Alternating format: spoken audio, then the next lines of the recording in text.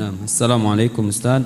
Apakah boleh mengikuti ajaran sahabat sedangkan Nabi SAW tidak melaksanakannya?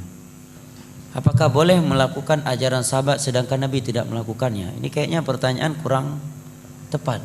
Apa ini maksud dengan ajaran sahabat?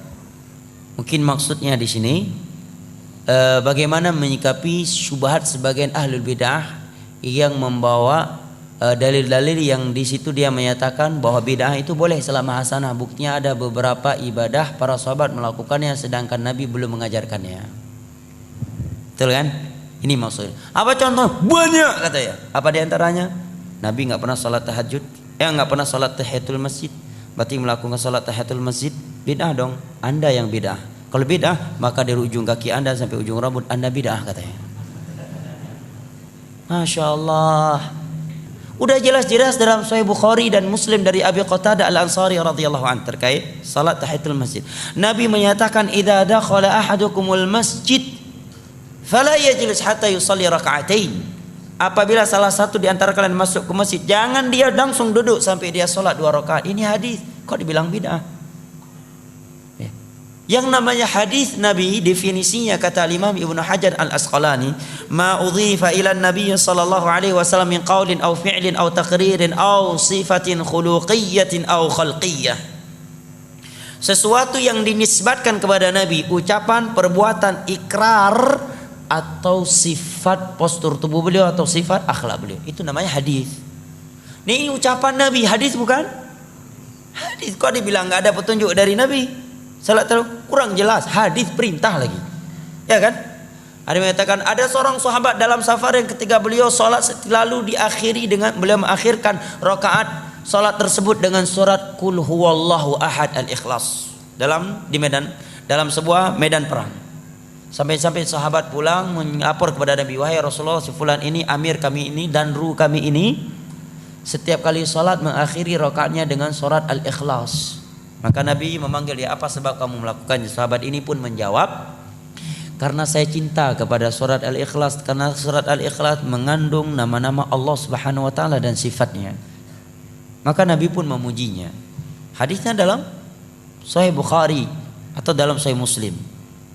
Katanya di sini ada sahabat melakukan ibadah sebelum Nabi mengajarkannya. Baik. Bilal ibnu Abi Rabah katanya, salat wudu 2 rakaat setelah wudu. Buktinya ketika Nabi bertanya, wahai Bilal, aku mendengar suara teropakmu dalam surga. Amalan apa yang kau lakukan? Dia menjawab, aku tidaklah berwudu kecuali aku salat 2 rakaat. Nah, ini boleh melakukan ibadah sebelum ada dalilnya. Yang penting tujuannya baik. Masya Allah, orang dengar mantap ini. Buatlah. Kalau seperti itu zuhur 8 rakaat. Tujuannya baik. Siapa yang bisa membawa ayat dan hadis bahwa ada larangan jangan sholat zuhur, bunyinya jangan sholat zuhur lebih 4 rakaat, saya kasih uang. Tapi kalau nggak bisa Anda kasih uang balik. Itu namanya judi, nggak boleh. Ada untung rugi. Ya. Nggak ada kan larangan sholat zuhur lebih dari 4 rakaat. Silakan buka 30 juz Al-Quran. Seluruh kitab hadis nggak ada. Yang ada perintah sholat zuhur mengikuti Rasulullah dan beliau nggak pernah lebih dari 4 rakaat. Adapun 2 hadis tadi, jawaban yang pertama, siapa bilang Nabi tidak menganjurkan salat wudu, salat 2 rakaat setelah wudu? Dalam hadis Bukhari Muslim dari Utsman bin Affan setelah beliau mempraktekkan sifat salat Nabi, ya kemudian beliau menyatakan, demikian aku melihat Rasulullah sallallahu alaihi wasallam berwudu. Setelah beliau berwudu, beliau menyatakan, man tawaddaa nahwa wudhu'i hadza thumma shalla rak'ataini la yuhadditsu nafsahu fihima illa ghufira lahu ma taqaddama min dzambih. Nabi menyatakan, barang siapa yang berwudu seperti wuduku ini, kemudian dia salat 2 rakaat dengan khusyuk, tidak melalaikan dirinya dalam 2 rakaat tersebut, melainkan akan diampuni dosa-dosanya telah berlalu. Ini hadis. Dan Nabi udah salat dari semenjak di Mekah. Mungkin nggak Nabi sholat di Mekah tanpa wudhu? Subhanallah. Itulah kalau sudah hawa nafsu yang bermain, jamaah. Jawaban berikutnya, ikrar dari Nabi. Dan ikrar bagian dari hadis. Dan itu di masa wahyu. Adapun sahabat membaca Al-Ikhlas tadi karena beliau mengambil keumuman ayat Allah, faqra'u ma tayassara minal Qur'an, bacalah apa yang mudah dari Al-Qur'an dalam salat. Al-Ikhlas bagian dari surat Al-Qur'an. Lebih dari itu beliau melakukannya di zaman wahyu, di mana agama belum sempurna kecuali setelah Nabi diwafatkan dan diikrarkan, dibenarkan oleh Rasulullah. Anda buat bidah ini, siapa yang mengikrarnya? Anda sahabat? Bukan. Zaman wahyu? Bukan. Yang mengikrarnya siapa? Rasulullah? Bukan. Abu Nawas? Iya. Ya kan? Ada juga yang mencari dalil untuk membolehkan bidah. Tuh, Umar menyatakan nikmatul bid'atu hadhihi. Masya Allah, ilmiahnya dengan tanda kutip. Sebaik-baik bidah, senikmat-nikmat bidah adalah ini, tatkala salat tarawih di masa beliau dikerjakan berjamaah. Jawaban kita, itu Umar. Pertama kita jawab, biar lebih telak lagi.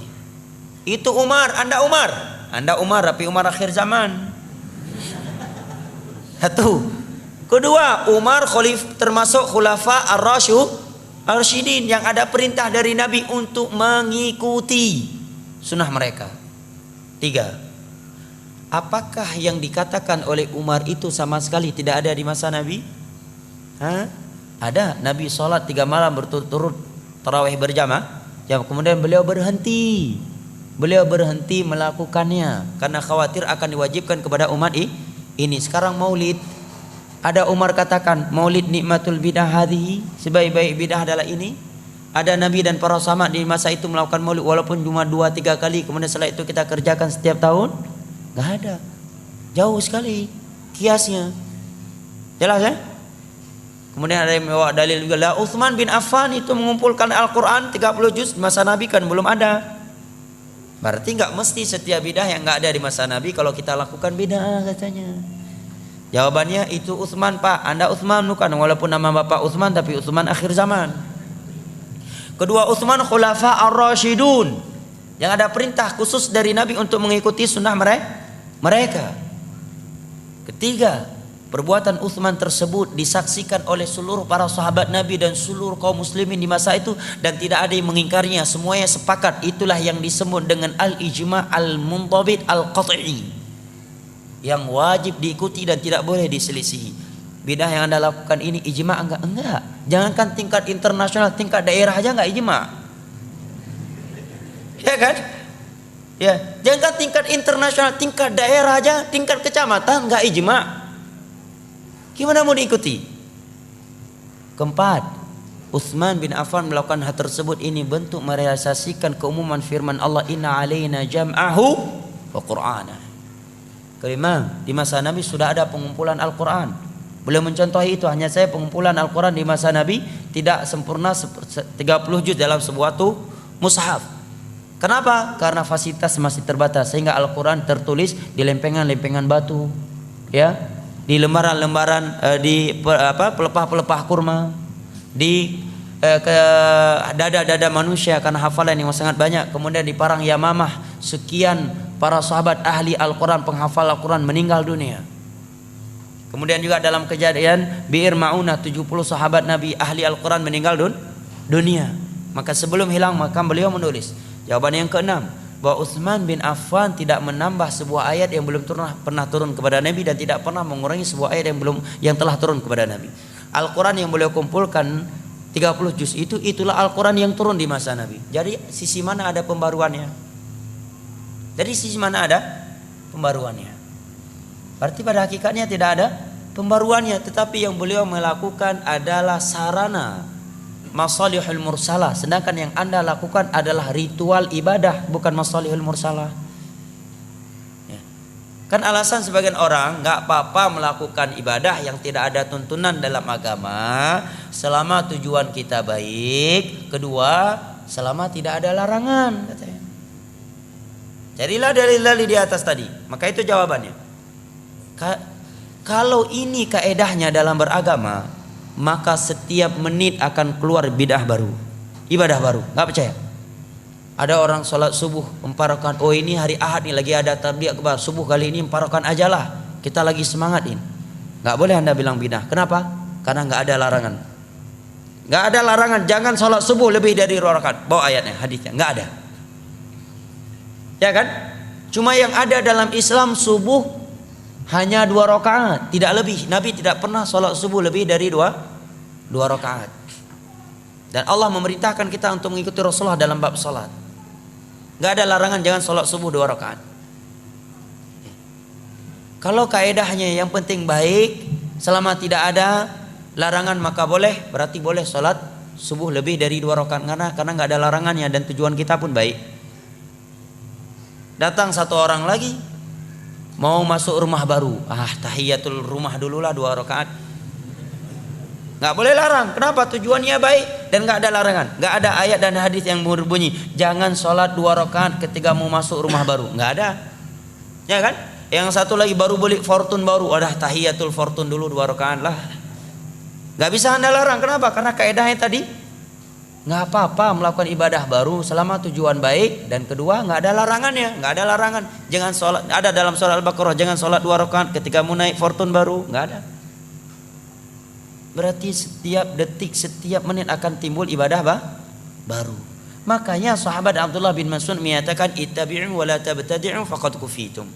Dalam masalah ibadah, masalah agama ikuti saja apa yang telah ditinggalkan oleh Rasulullah dan para sahabatnya. Jangan membuat bid'ah. Jangan membuat ibadah-ibadah baru. Apa yang mereka tinggalkan untuk kalian itu sudah cukup demi Allah ya jamaah. Demi Allah kalau kita jujur beragama, apa yang sudah ada dalam agama ini demi Allah tidak mampu kita melakukan secara keseluruhan, secara totalitas. Yang sudah ada saja kita tidak mampu melaksanakannya secara sempurna, untuk apa melakukan sesuatu yang tidak ada, yang tidak dianjurkan. Sekarang sebagai contoh zikir, setelah sholat 5 waktu saja sekarang terkadang kita sering lupa zikir, ya kan? Menjelang tidur, zikir menjelang tidur tidak kalah panjangnya dengan zikir setelah sholat 5 waktu.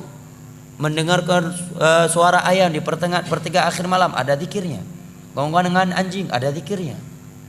Bangun tidur, ada zikirnya. Mau masuk WC, ada zikirnya. Keluar WC, ada zikirnya. Ingin mensutuk, ingin melakukan hubungan pasangan suami istri dengan istri, ada zikir khusus. Melihat buah-buahan telah matang, ada zikir khusus. Datang angin, topan dan semisal dengannya, ada zikir khusus. Suara petir, ada zikir khusus. Sekian zikir. Ini saja 24 jam ini penuh dengan ibadah zikir. Itu saja udah nggak mampu kita lakukan. Itu apa mengada-adakan yang tidak ada.